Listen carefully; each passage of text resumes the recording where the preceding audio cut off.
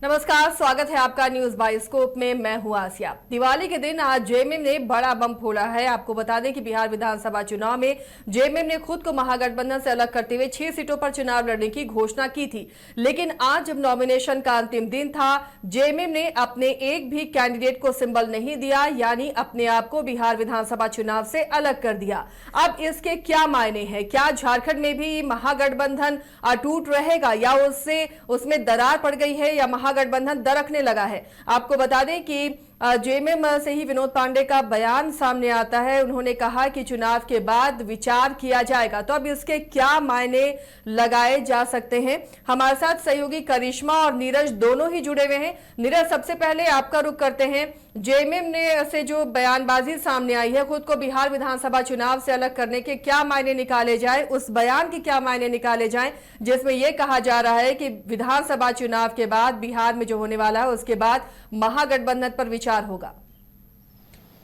देखिए, तेवर जो है वो तल्ख देखने को मिल रहे हैं, क्योंकि विनोद पांडे के बाद जो बयान आया है, सुदेव कुमार सोनू जो है झारखंड मुक्ति मोर्चा के मंत्री हैं, उनकी ओर से साफ कहा गया है कि इसका परिणाम जो है वो भुगतना होगा, चाहे वो आरजेडी हो या फिर कांग्रेस हो। क्योंकि आरजेडी से लगभग 13 से 14 दिनों से बात चल रही थी, कई तरह की बात जो है उनकी ओर से कही गई। पहले कांग्रेस की बात कही गई, फिर वाम दल की, उसके बाद वीआईपी की बात कही गई और कुछ नए पार्टियों के नाम लेकर जो है उन्हें अटकाया गया और इस प्रोसेस को लंबा खींचा गया। और 13 से 14 दिन बीत जाने के बाद जब अंतिम डेट आज थी, आज भी क्लियर नहीं किया गया और सभी जो सीट थे, जिन सीटों की घोषणा झारखंड मुक्ति मोर्चा ने की थी, उन सभी सीटों पर अपने प्रत्याशी को उतार दिए। अब इसके बाद जो है सब कुछ क्लियर हो गया, क्योंकि आरजेडी भी नहीं चाहता है और इससे पहले भी झारखंड मुक्ति मोर्चा की ओर से भी ये क्लियर कर दिया गया था कि वो बिहार महागठबंधन से अलग हो रही है और 6 सीटों पर उन्होंने कहा था कि उम्मीदवार उतारेंगे, लेकिन झारखंड मुक्ति मोर्चा की ओर से कोई उम्मीदवार की घोषणा नहीं की गई। लेकिन ये क्लियर कर दिया गया कि उनके साथ धोखा हुआ है और जो बातें चल रही थी उसमें क्लियरिटी नहीं आई, एक भी सीट नहीं दिया गया। हालांकि इससे पहले जो 2020 में चुनाव हुए थे, इसमें बात चल रही थी कि 3 सीट दिए जाएंगे, लेकिन उस समय भी बात क्लियर नहीं हुई और एक भी सीट उन्हें नहीं दिया गया। ठीक उसी प्रकार का जो धोखा है उन्हें इस बार भी मिला है और इसका परिणाम जो है हो सकता है कि आरजेडी को भुगतना पड़े। और उन्होंने कहा है कि वो सबसे बड़ी आदिवासी की पार्टी है झारखंड मुक्ति मोर्चा, और ये सिर्फ झारखंड मुक्ति मोर्चा के साथ छल नहीं हुआ है बल्कि पूरे आदिवासी समाज के साथ छल हुआ है और इसका निश्चित जो परिणाम होगा वो भुगतना होगा। उसके अलावा उन्होंने कहा है कि जो बैठक होने वाली है, समीक्षात्मक बैठक, उसमें यह निर्णय लिया जाएगा कि आगे क्या कुछ किया जाना है। क्योंकि पत्रकारों से वो बात कर रहे थे, उस पर यह भी पूछा गया कि क्या वो महागठबंधन से अलग होंगे, तो उन्होंने कहा कि जिस तरह की स्थिति है वो देखने वाली बात होगी कि इस पे बैठक में क्या कुछ जो है निर्णय लिए जाते हैं। कई लोग जो है वो अपनी अपनी बातों को रखेंगे, किस तरह के जो सिचुएशन पैदा हुए उस पे किस तरह के निर्णय लेने थे, ये बातें थी। क्योंकि निर्देश जो है वो मुख्यमंत्री हेमंत सोरेन की ओर से आया है और जो केंद्रीय अध्यक्ष भी है झारखंड मुक्ति मोर्चा की ओर से, तो उनकी ओर से जो चीज़ें हैं वो क्लियर की गई हैं और इसी को लेकर जो है लगातार बयान जो है वो झारखंड मुक्ति मोर्चा की ओर से आ रही है। तो हो सकता है कि जो समीक्षा बैठक होगी उसमें कोई बड़ा निर्णय जो है वो लिया जा सकता है। उसके अलावा कांग्रेस को लेकर भी बातें कही गई हैं कि जो यात्रा चल रही थी राहुल गांधी की और तेजस्वी यादव की बिहार में, उसके समापन में मुख्यमंत्री हेमंत सोरेन को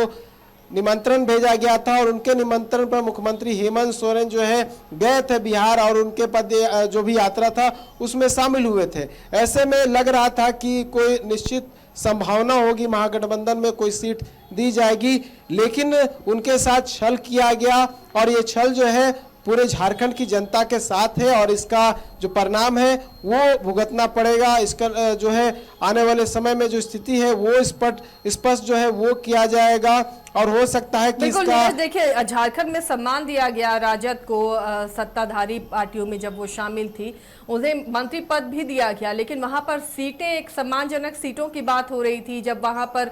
पटना में महागठबंधन की बैठक हुई उस वक्त भी जेएमएम को दरकिनार किया गया, तो कहीं ना कहीं जेएमएम खुद को अपमानित महसूस करके ये फैसला ले रहा है। बिल्कुल, देखिए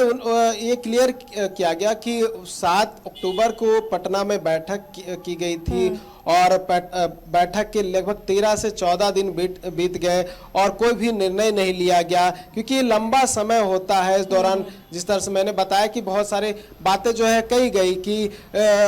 किसी पार्टी से बात किया जा रहा है, चाहे वो कांग्रेस हो, वीआईपी हो, वाम दल हो या फिर कोई अन्य पार्टी हो, ये बोल बोलकर उन्हें लटकाया गया और एक तरह से वो तैयारी नहीं कर पाए कि आगे किस तरह से चीज़ों को बढ़ाना है। और ये एक बड़ा ब्लेम जो है वो झारखंड मुक्ति मोर्चा की ओर से दिया जा रहा है। उन्होंने कहा है कि जब झारखंड में चुनाव हुआ 2019 के, अगर हम चुनाव की बात कर ले तो आरजेडी से एक विधायक जो है वो जीत कर सामने आया और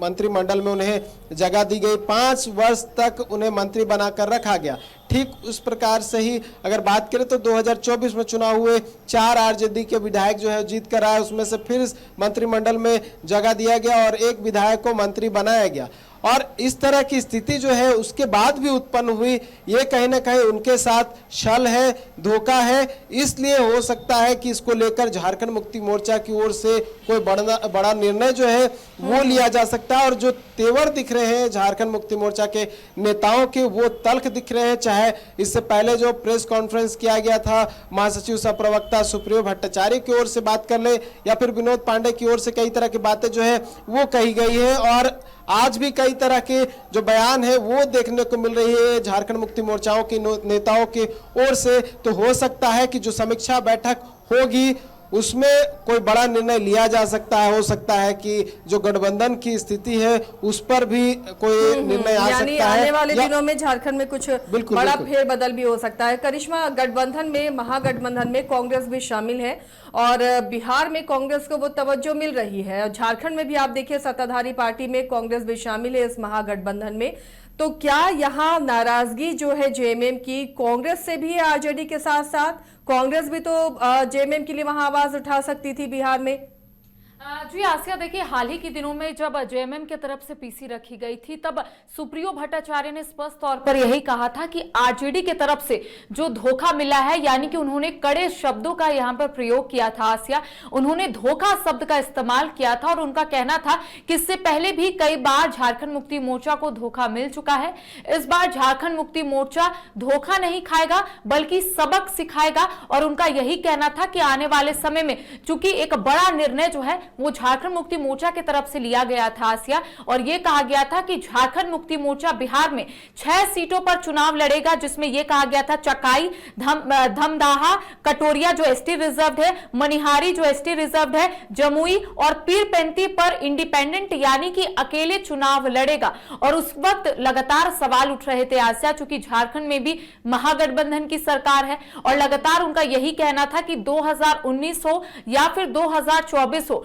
कांग्रेस हो या फिर आरजेडी के विधायक हो, उन्हें कैबिनेट में सम्मान जगह जो है वो मिली है। और उनका यही कहना था कि अगर धोखा झारखंड मुक्ति मोर्चा को हमेशा मिलेगा तो झारखंड मुक्ति मोर्चा धोखा खाने के लिए नहीं है। साथ ही उनका यही कहना था कि अब याचना नहीं बल्कि रण होगा, चूंकि उनका कहना था कि अब बिहार में झारखंड मुक्ति मोर्चा अकेले चुनाव लड़ेगा। लेकिन इस पूरे सिचुएशन में अगर हम देखें आसिया कांग्रेस का, चूंकि आपने सही कहा कि बिहार में कांग्रेस भी अपनी आवाज को बुलंद कर सकता था। कांग्रेस के जो राष्ट्रीय अध्यक्ष मल्लिकार्जुन खड़गे या फिर पूर्व राष्ट्रीय अध्यक्ष राहुल गांधी, वो भी अपनी बात को रख सकते थे कि झारखंड मुक्ति मोर्चा को भी बिहार में अच्छी सीट मिलनी चाहिए, क्योंकि दावेदारी लगातार जो पेश की जा रही थी झारखंड मुक्ति मोर्चा की तरफ से वो 12 सीटों पर था। और देखिए आपको याद होगा आसिया कि जब भी बिहार में महागठबंधन के नेताओं की बैठक रखी जा रही थी उसमें झारखंड मुक्ति मोर्चा को इन्वाइट नहीं किया जा रहा था, झारखंड मुक्ति मोर्चा के कोई नेता वहां पर नहीं दिख रहे थे और यह माना जा रहा था कि 1 या 2 हफ्ते के बाद सीटों का बंटवारा जो है वो होगा और सभी घटक दल खुश होंगे, यह कहा जा रहा था आरजेडी की तरफ से। लेकिन देखिए उसके बाद जेएमएम की तरफ से प्रतिक्रिया आती है और जेएमएम का यह कहना होता है कि हम लोगों ने तो 12 सीट या फिर 12 सीट से ज्यादा का डिमांड किया था, दावेदारी पेश की थी, लेकिन यहां पर सिर्फ 6 सीटों को लेकर जो पेच है वो फंस रहा है। लेकिन उनका यह कहना था कि 6 सीटों से भी कम जो सीट है वो बिहार में झारखंड मुक्ति मोर्चा को मिल रही है। लेकिन इस बीच अगर कांग्रेस का स्टैंड हम बताए आसिया, तो कांग्रेस का कहना है कि यहां पर आरजेडी गलत है। अगर हम झारखंड को लेकर बात करेंगे, ऐसे में ये हम कह सकते हैं कि कांग्रेस झारखंड मुक्ति मोर्चा के साथ है, लेकिन जेएमएम की तरफ से जो बयान फिलहाल सामने आए हैं, इससे हम ये जरूर कह सकते हैं कि दिवाली के बाद एक बड़ा बम जो है वो फूटने वाला है, क्योंकि ये कहा गया है सुप्रियो भट्टाचार्य की तरफ से कि घाटशिला में भी उपचुनाव हो जाएगा, उसके बाद यानी कि बिहार में भी उस वक्त चुनाव खत्म हो जाएगा आसिया, तो उसके बाद झारखंड में महागठबंधन को लेकर एक मंथन बैठक जो है वो किया जाएगा, मंथन किया जाएगा कि आखिर इसमें क्या बदलाव जो है वो लाया जा सकता है आने वाले समय में। चूंकि बिहार को लेकर आपने देखा होगा कि जेएमएम के तमाम नेताओं का कहना था कि वो लोग तैयारियों में जुट चुके हैं, लेकिन इस बीच कैंडिडेट की घोषणा नहीं होती है। कोई भी कैंडिडेट, आज आखिरी दिन था, आज अंतिम दिन था, नामांकन दाखिल करने के लिए नहीं पहुंचे, तो कह सकते हैं कि झारखंड मुक्ति मोर्चा आहत हो चुका है आसिया। और ऐसे में जो बयान सामने आ रहे हैं, धोखे वाला जो शब्द है वो प्रयोग किया जा रहा है, तो इसमें हम ये जरूर कह सकते हैं कि ये जरूर तय हुआ होगा आसिया। बिहार में जब चुनाव हो रहे हैं तो ऐसे में उससे पहले महागठबंधन में ये जरूर तय हुआ होगा कि अगर वहां पर चुनाव लड़ना है तो सबको बराबरी की सीट, यानी कि जो जितना सीट मांग रहा है उन्हें उतनी सीट देनी चाहिए। लेकिन जब झारखंड मुक्ति मोर्चा की तरफ से यह कहा जा रहा है कि पहले हमें वेट कराया गया, इंतजार करवाया गया और उसके बाद यह कहा जा रहा है कि सबको सम्मानजनक सीटें जो है वो मिली है, तो ऐसे में झारखंड में भी कहीं ना कहीं इसका असर देखने को मिलेगा, क्योंकि झारखंड में बात करेंगे तो एक आरजेडी के मंत्री भी है आसिया, तो ऐसे में नाराजगी जो है आरजेडी के साथ है। लेकिन सुदेव कुमार सोनू जो झारखंड में मंत्री है, उनका कहना है कि कांग्रेस और आरजेडी का उन्होंने नाम लिया है, धोखे वाला जो वर्ड है प्रयोग किया जा रहा है लगातार जेएमएम की तरफ से, तो ऐसे में कह सकते हैं जो नाराजगी है सिर्फ आरजेडी के साथ नहीं है आसिया, ये कांग्रेस के साथ भी है। क्योंकि उनका कहना है कि कांग्रेस ने आवाज क्यों नहीं बुलंद की, अगर बिहार में चुनाव हो रहा है, अगर सम्मानजनक सीटें जो है वो कांग्रेस को बिहार में मिल रही है, तो कांग्रेस ने वहां पर क्यों नहीं अपनी बात रखी कि झारखंड मुक्ति मोर्चा भी इतनी सीटों पर चुनाव लड़ना चाहता है, क्यों नहीं इस पर मंथन हो रहा है। नीरज देखिए, अगर जब धोखे जैसे शब्द का इस्तेमाल हो रहा है तो जाहिर तौर पर जो कहा गया है कि चुनाव के बाद महागठबंधन पर विचार होगा, तो क्या ये माना जाए कि आरजेडी के पास जो एक मंत्री कोटा है, मंत्री पद है, उसे वापस जेएमएम ले लेगा या फिर आरजेडी को महागठबंधन से अलग कर देगा? इन सब के बीच करिश्मा से भी हम बाद में जानेंगे कि कांग्रेस ऐसे में क्या करेगा। क्या लगता है, सरकार की सेहत पर इससे कुछ असर पड़ेगा? नीरज, क्या इतनी दूर तक अभी ये मामला जा सकता है? देखिए, जिस तरह की स्थिति देखने को मिल रही है और लगातार जो बयानबाजी हो रही है, उससे तो लगता है कि हो सकता है कि दरार जो है वो जो है देखने को मिले, क्योंकि अभी वेटिंग मोड में जो